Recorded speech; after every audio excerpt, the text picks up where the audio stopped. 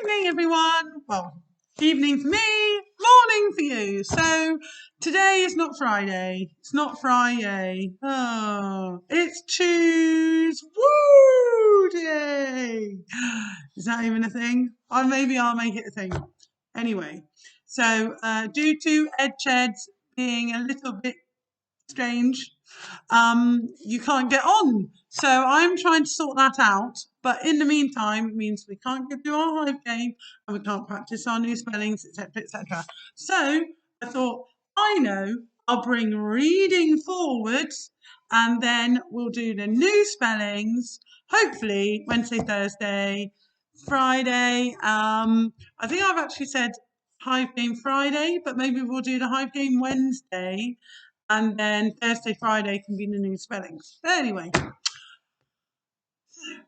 feeding vipers and Paperbag Prince, which I know a lot of you are really, really enjoying at the moment. And I got to say, it is a cracking story, isn't it? Because it starts off, it's just an interesting.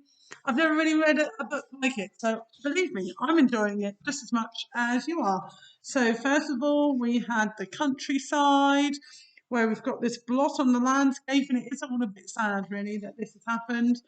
But despite the rubbish dump existing, nature was finding a way, and it was persevering. And a few questions I've asked in here with the children in school is, how does the author feel about nature? And I would definitely say that he likes it a lot. Whereas, does the author like humans? Possibly not so much, because it doesn't use such positive language for describing humans. Usually it's Monday and I'm already yawning. Oh dear. So we met some of the examples of where the animals were persevering, and throughout all of this part we hadn't met the Paperbag Prince at all, had we? Then this is an example where he talks ill of humans, where he says the animals were cleverer than man. So he thinks very highly of animals, less so of people. Then we get to this interesting place, which doesn't look as busy, does it? Empty. And we get this lone armchair. And I was like, is this a clue? Who do you think might sit in here? And it transpired, it was indeed the Paperbag Prince. And he comes by there every day, doesn't he? And they call him the Paperbag Prince because, not because he feeds animals out of a paper bag, but because he's got a whole cupboard full of paper bags in his tumble down carriage.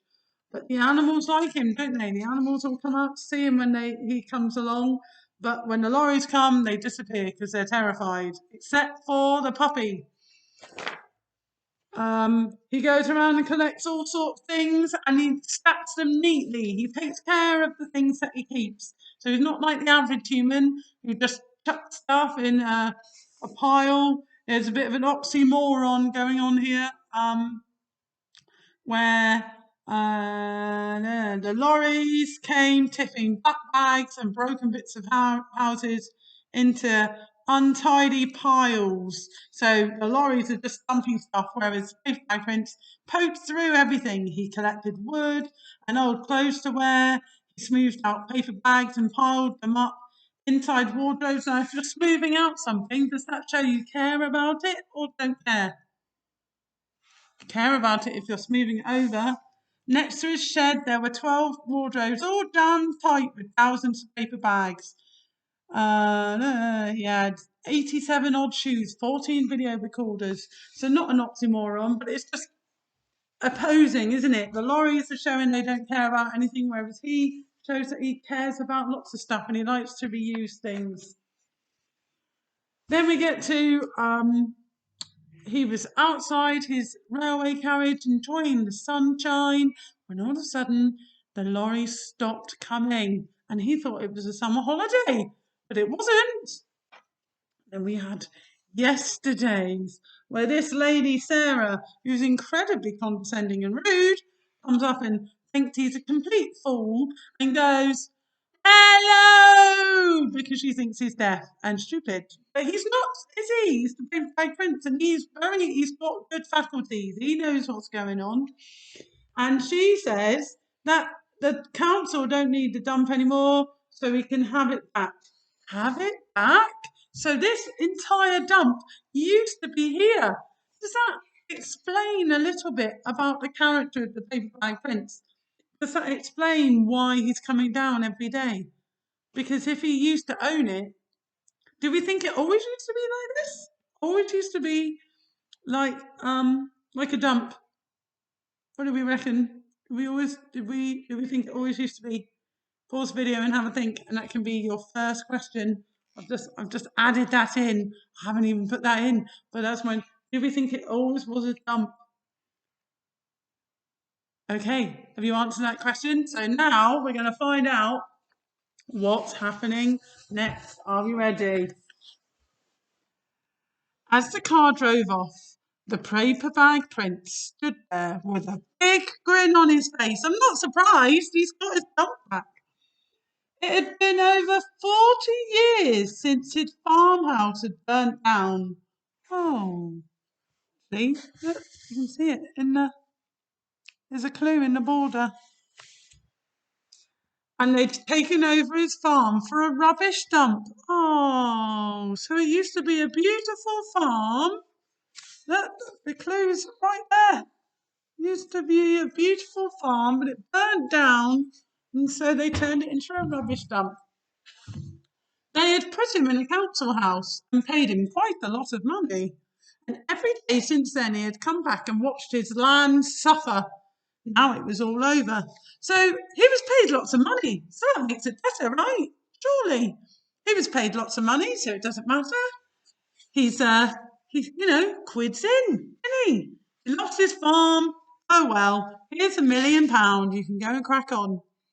Do we think the money is important to the Paperbag Prince? How do we know that it isn't important to him? What's he done in this story that shows that money isn't important? Have a little think. That could be another question. His back stopped aching and his eyes grew bright as he felt a great weary weight lift from his shoulders.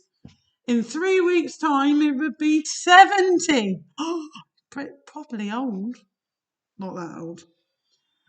But in his heart, he was 25 again. Oh, Paperbag Prince. He locked the gate and did a little dance on the tired earth. So there's definitely 2 questions that I've already written about them. His heart sang and must have filled the air with his happiness because one by one his animal friends came out of the dump and watched him. Even the little dog peered out from the shadows of the dustbin. So those of you who are making made the prediction about him becoming friends with the dog. Are you about to be proven right? Now, in this picture, can you see a clue about the mood about this page? Is the mood positive or negative? Positive, yes. And there is something on this page that's a bit of an old nursery rhyme. You might not have seen it or heard it before. About some blackbirds. Is anyone maybe? Have you heard? Have you heard of it? Have you? Have you? No? Yes? Some of you might be nodding, you might be going, yes! And you might be saying it to me right now. On the other hand, some of you might not know. And in which case, I'm about to tell you. So, blackbirds, if you see a blackbird, you either nod or I salute it if I see a blackbird. Because it's a superstition that if you don't nod or salute a blackbird before it flies off, then it's bad luck.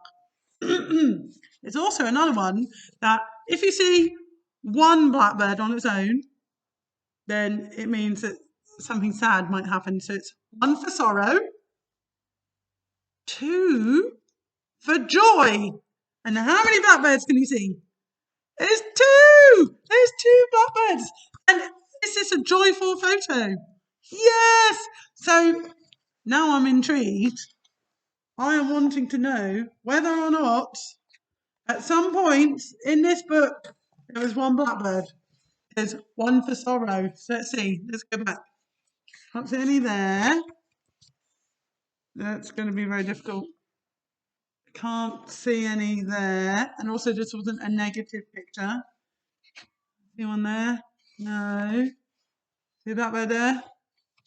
No. See that bird there? No.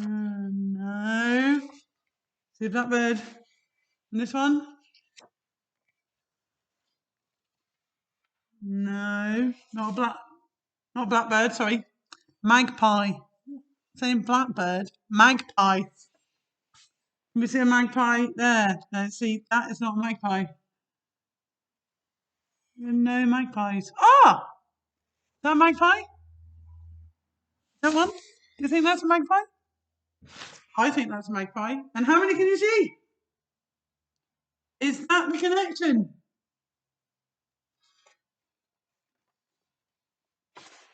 But on the other hand, there's no magpie there.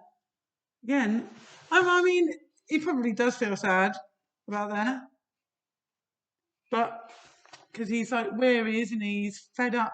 So we've got one blackbird there, so it could be one for sorrow there because it's a bit sad.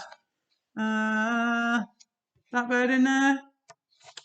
No, blackbird. Magpie, Mrs. Luxton. Magpie. Is there a magpie in this one?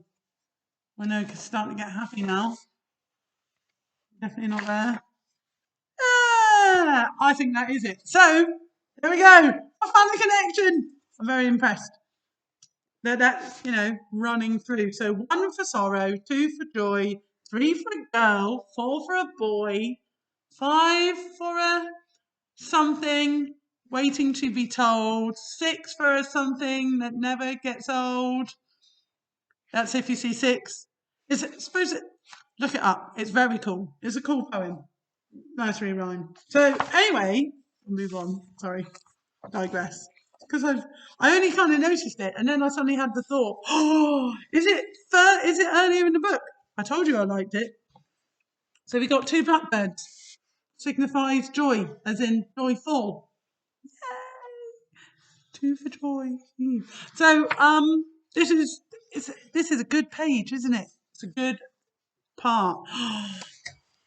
Can't wait to find out what happens next. One of your questions is going to be, what is going to happen next? Do you think? So he's got his dump back. What's going to happen? So I'm very excited to see what you put in your questions or your answers. And the sad thing is, we're not going to be doing Reading Vipers again until after half term now.